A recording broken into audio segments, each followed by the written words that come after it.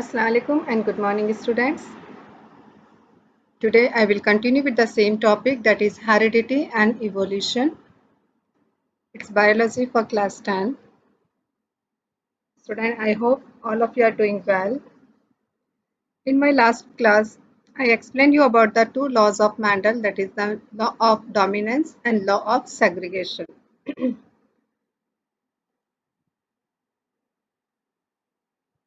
In today's class, I will explain you about the dihybrid cross, then what is the Mendel's experiment and the law of independent assortment.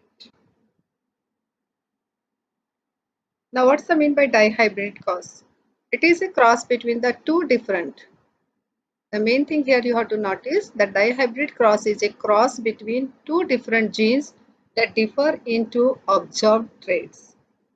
Like in last class, I explained you about the TT and TT experiment of the Mendel. Here the both uppercase T and lowercase t is explaining the trait that is or expressing the trait that is the height. Okay, in a dihybrid cross, there is a cross between the two different genes that differ in two. Yeah, like Mendel has performed an experiment, he has selected the pea plant that has the round and yellow seeds, and the another pea plant which has the wrinkle and green seeds.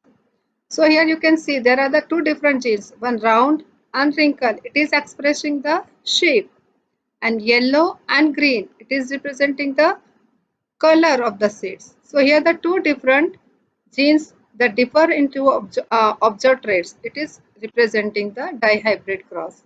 And at first the Mendel performed an experiment on the pea plants.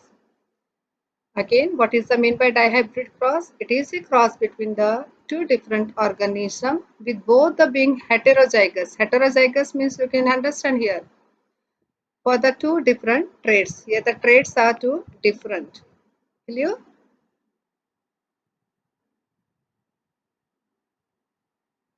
So for this, Mendel selected the two different type of uh, plants. The pea plants which has the round and yellow seeds, and the pea plants which has the wrinkle and green seeds. Okay, so two different characters is there. That is, one is color and the second one is shape. So shape of the seeds and color of the seeds. These are the two different traits or the two different characteristics. Okay, that's why it is called dihybrid cross. So the round and yellow seeds, it is the genes are RR, that is for round. Capital Y means uppercase Y, it is the yellow seeds. Similarly, small r or the lowercase r is representing the wrinkle, and lowercase y is representing the green seeds. When the gametes are formed, okay, so gametes like RRYY, the gametes will form, that is RY and RY. Clear? You can see over here. This is the gamete. Similarly, from small r, the gametes will form, that is the RY and RY. Clear? So, when the gametes are formed, each one trait will come. Each one allele will go to the one gamete. Clear? Now, when the crossbreeding is there, the two parents, then what happened? The F1 generation. In F1 generation, all the round and yellow seeds are the plants which has all the round seeds grow. Clear? So here what happened? The round and yellow, it is the dominant characteristics. I explained in the law of dominance. Okay, so here, though the two different characteristic was there, round and wrinkle, but what happened? Wrinkle allele is present over here, but what happened? It is not expressed. So it is recessive trait, and round, which is expressed, it is a dominant trait. Similarly, the yellow color, it is the dominant, and the green color, it is the recessive trait. Understood? So in F1 generation, all the plants were having the round and yellow seeds. So what are the uh, possibility of the gametes in the F1 from F1 generation when to F2 generation? What are the gametes will form? So here you can see R, R, Y, and Y. So how many gametes can form? This capital R and capital Y. So it is R, Y. Yes. Then this and this. It is capital R, small y. Then small r, capital Y. And then small r and small y. Clear? So four different gametes will form for the F2 generation. Now, in this, when the crossbreeding has done, then what will, which type of plant will Mendel got in the F2 generation, that I will show you. So four different types of gametes produce RY, RY, RY, RY. One uppercase, lower R is uppercase Y, and capital R or uppercase R and small lowercase y, lowercase r and lowercase y. What is the mean by R and Y? It is the round and yellow. It is wrinkled and yellow. It is round and green. It is wrinkled and green.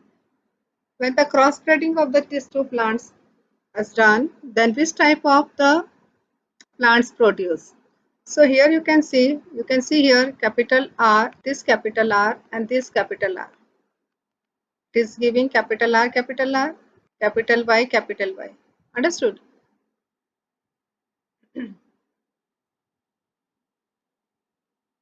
And similarly, this capital Y, capital R from here and small r from here. In this way, the cross breeding has been done.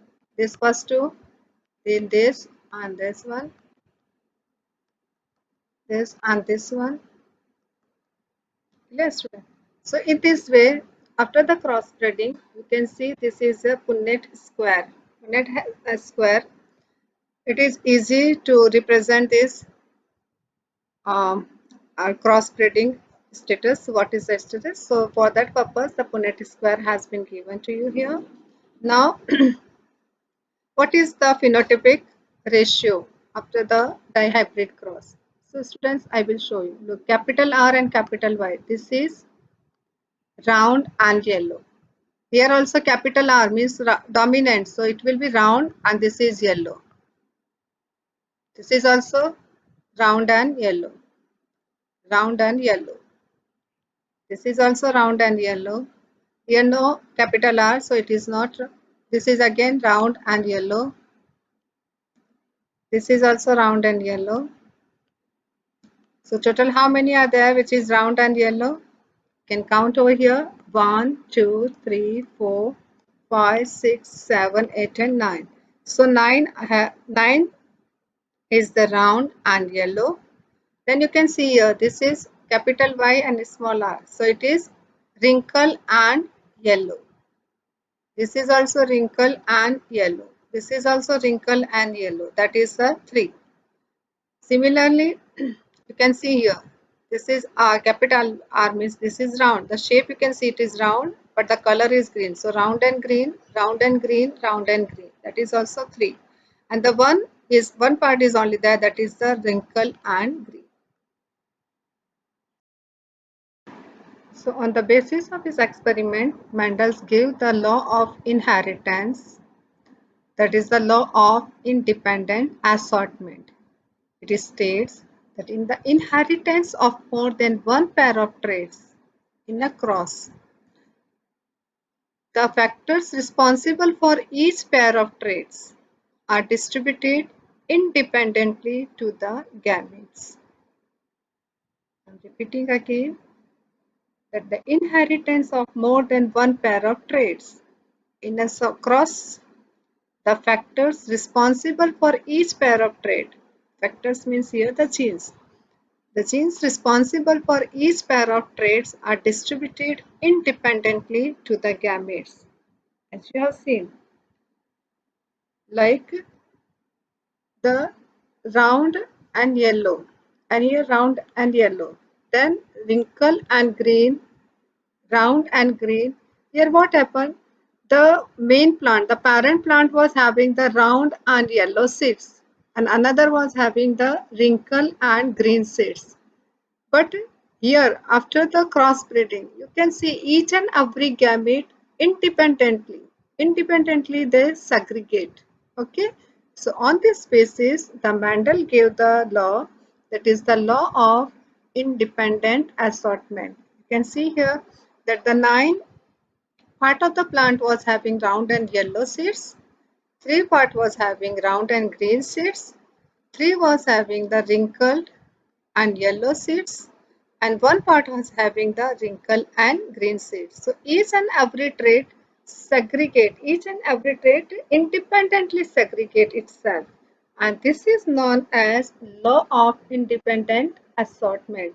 I am explaining again that according to the law of independent assortment, in the inheritance of the more than one pair of traits, as you have seen the round and yellow, the two pairs means 2 pairs were there, which having the 2 different traits. One is color and one is the shape. Okay, and one another was having the wrinkle shaped and green color.